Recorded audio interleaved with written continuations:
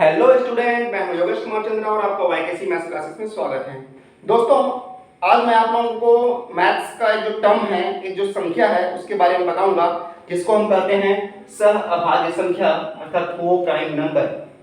दोस्तों, आप लोग भाज्य संख्या या अभाज्य संख्या के बारे में ज़्यादा सुने होंगे, जनरली सुनने को मिलता है, लेकिन ये जो सहअभाज्य संख्या जिसको हम को प्राइम नंबर कहते हैं, उसके बारे में बहुत ही कम सुनने को मिलता है या एक आध कभी कभी सुनने को मिलता है, एक आध बार सुनने को मिलता है। दोस्तों, आज मैं आप लोगों को सहअभाज्य संख्या के बारे में बताऊंगा और ऐसे बताऊंगा कि जिंदगी भर याद रहेगा, यकीन मानिए। दोस्तों, सहअभाज्य संख्या में देखिए एक शब्द है अभाज्य संख्या। तो हास्यास्पद यह है कि सहअभाज्य संख्या में सिर्फ अभाज्य संख्या से कोई नाता नहीं है, दूर दूर तक नाता नहीं है। नाम हालांकि अब सहअभाज्य संख्या है, यहाँ अभाज्य शब्द है, लेकिन सहअभाज्य संख्या का सिर्फ अभाज्य संख्या से दूर दूर तक नाता नहीं है। ठीक है, तो चलिए दोस्तों शुरू करते हैं।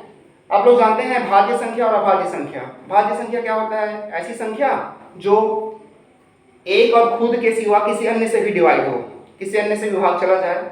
और अभाज्य संख्या उसको कहते हैं जो एक और खुद से ही डिवाइड हो, किसी अन्य से ना हो।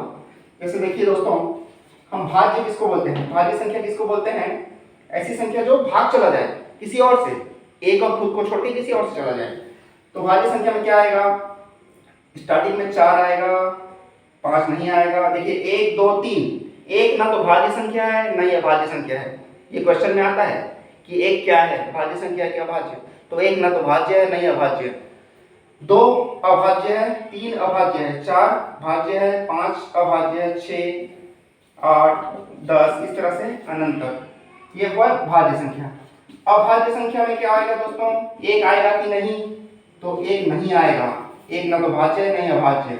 2 आएगा, 3 आएगा, 5 7 8 9 8 9 भाज्य है, 10 11 13 17 19 इस तरह से अनंत तक जाएगा, इनफिनिटी तक जाएगा। यह है भाज्य संख्या, यह है अभाज्य संख्या। लेकिन अब मुद्दे पे आते हैं, जो हमारा आज का टॉपिक है सहअभाज्य संख्या। इसमें सिर्फ अभाज्य संख्या से दूर दूर तक नाता नहीं है। एक चीज मैं बता दूं आप लोगों को, तो सहअभाज्य संख्या क्या है? सहअभाज्य, ध्यान दीजिए दोस्तों, सह शब्द जुड़ा है। सह शब्द का मतलब होता है किसी दो संख्या के बारे में हम बात कर रहे हैं, कंपेयर कर रहे हैं। ठीक है, सहअभाज्य संख्या में संख्या का जोड़ा होना जरूरी है। और उसमें देखते हैं कि उस संख्या के जोड़े में एक के अतिरिक्त, संख्या एक के अतिरिक्त और गुणनखंड तो नहीं है। अगर और गुणनखंड है तो वो सहअभाज्य संख्या नहीं होगा, और सिर्फ एक गुणनखंड है संख्या एक, तो वो सहअभाज्य संख्या कहलाते हैं। तो सहअभाज्य संख्या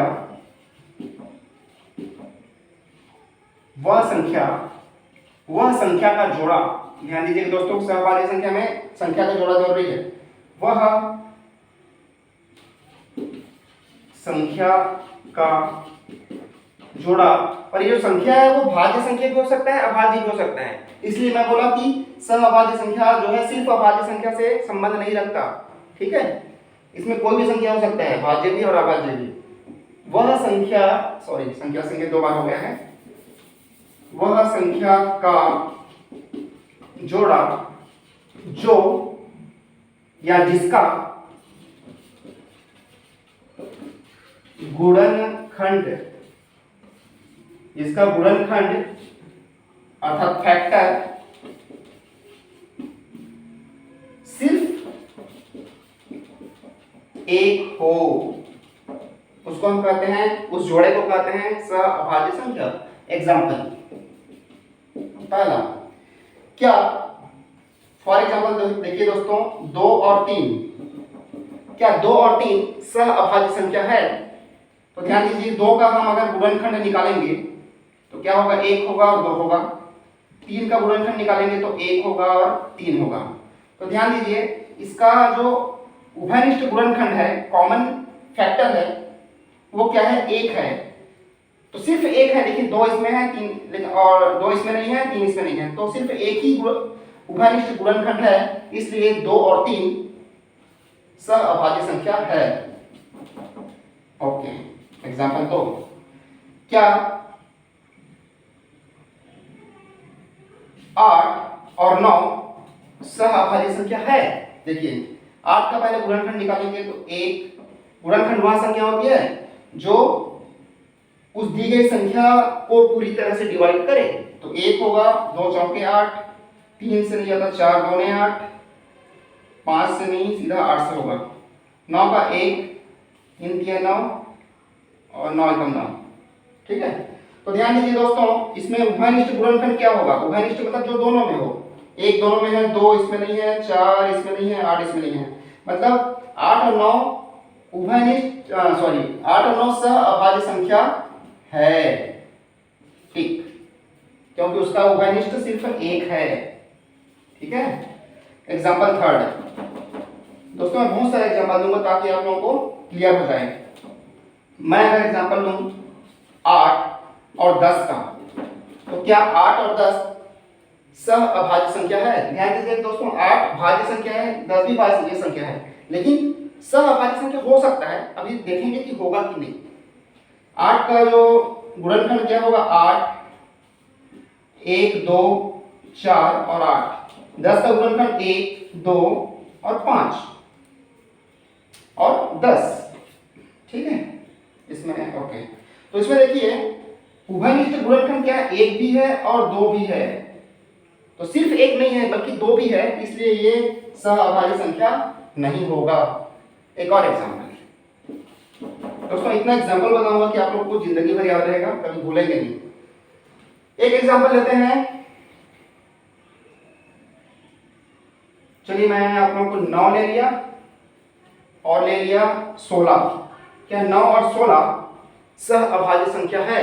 ध्यान दीजिए दोस्तों, 9 भी भाज्य है, 16 भी भाज्य है, लेकिन क्या ये सहअभाज्य है?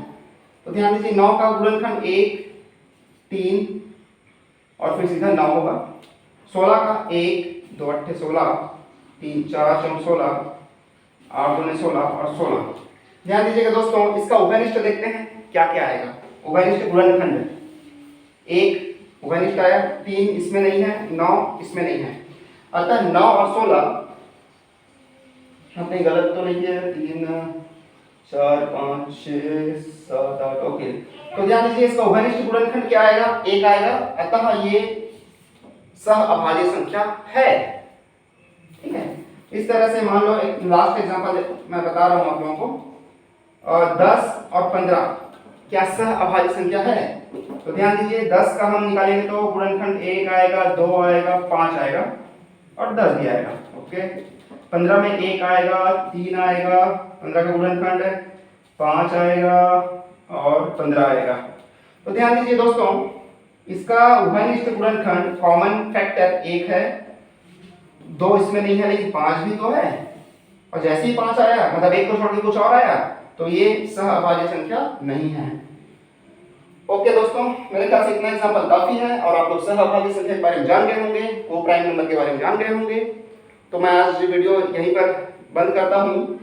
एक बार फिर से मैं बताना चाहूंगा कि सहअभाज्य संख्या, यहाँ अभाज्य संख्या लिख दिया, इसका मतलब ये नहीं कि सिर्फ अभाज्य संख्या हो, वहां भाज्य संख्या भी हो सकता है। देखिए 9 भाज्य है, 16 भाज्य है, लेकिन फिर भी ये दोनों सहअभाज्य संख्या है। सहअभाज्य संख्या दो संख्याओं में तुलना करने के लिए होता है, और तुलना ऐसे करते हैं कि इनका जो गुणनखंड है वो सिर्फ एक हो, कुछ और ना हो एक के सिवा, तो वो सहअभाज्य संख्या होते हैं।